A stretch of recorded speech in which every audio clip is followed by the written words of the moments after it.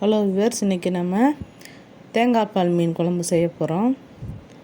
அதுக்கு ஒரு தேங்காய் எடுத்திருக்கேன், மிளகு அரை டீஸ்பூனு, ஜீரகம் அரை டீஸ்பூனு, சோம்பு ஒரு ஸ்பூன் எடுத்திருக்கேன். இது எல்லாத்தையும் மிக்ஸி ஜாரில் போட்டு அரைச்சி பால் புழிஞ்சு வச்சுக்கணும்.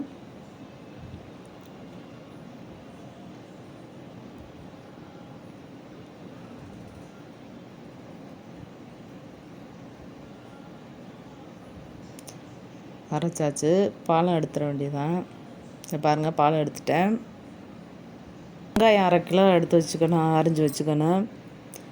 தக்காளி ஒரு 1/4 கிலோ, கருவேப்பிலை எல்லாம் எடுத்து வச்சுருக்கேன்.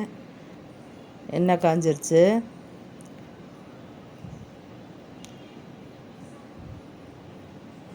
கடுகு கொஞ்சம், சோம்பு கொஞ்சம் போட்டுக்கணும். கடுகு வெடிச்சிருச்சு. இந்த தக்காளியை கொட்டி நல்லா கிளற வேண்டியதுதான். நல்லா வதக்கணும்.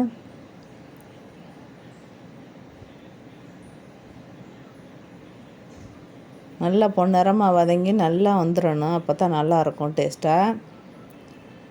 நான் மீன் ஒரு 1/2 கிலோ எடுத்து வச்சுருக்கேன்.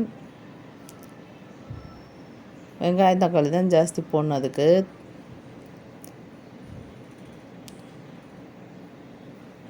இது 1/2 கிலோ மீன்.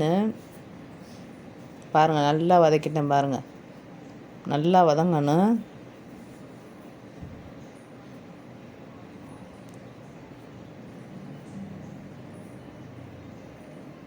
புளி குழம்பே வச்சு சாப்பிட்டாமல் இந்த மாதிரி தேங்காய் பால் உள்ள மீன் வச்சு சாப்பிட்டேன்னா நல்லது, வெயில் காலத்துக்கு நல்லது. மஞ்சத்தூள் 1/2 ஸ்பூனு, மிளகாத்தூள் 1 ஸ்பூனு,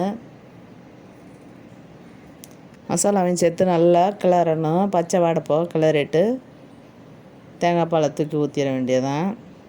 நல்லா கிளறிட்டு தேங்காய் பாலை தூக்கி ஊற்ற வேண்டியதான். ஊற்றிட்டேன்.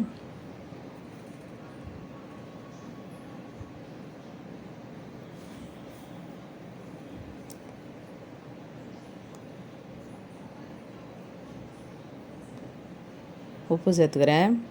வெங்காயம் வதங்கும் போது கொஞ்சம் உப்பு போட்டேன், அதுக்காக கம்மியாக போட்டிருக்கேன்.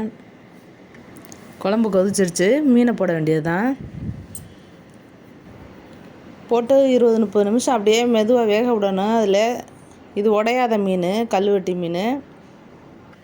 மற்ற மீனாக இருந்தால் ஒரு 10 நிமிஷம் 15 நிமிஷம் கொதிக்க வச்சு அமுத்திடலாம். உங்கள் வீட்டில் இந்த மாதிரியெல்லாம் செஞ்சு பாருங்கள், நல்லா டேஸ்ட்டாக இருக்கும்.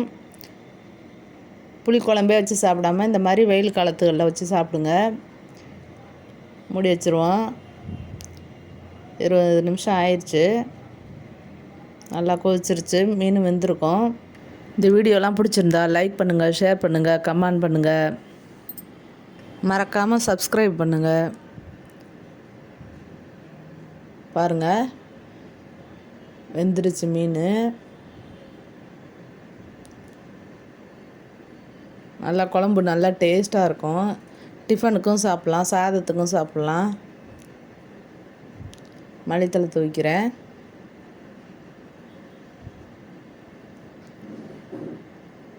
வெயில் காலங்களில் இப்படி ஒரு குழம்பு வச்சு சாப்பிடுங்க.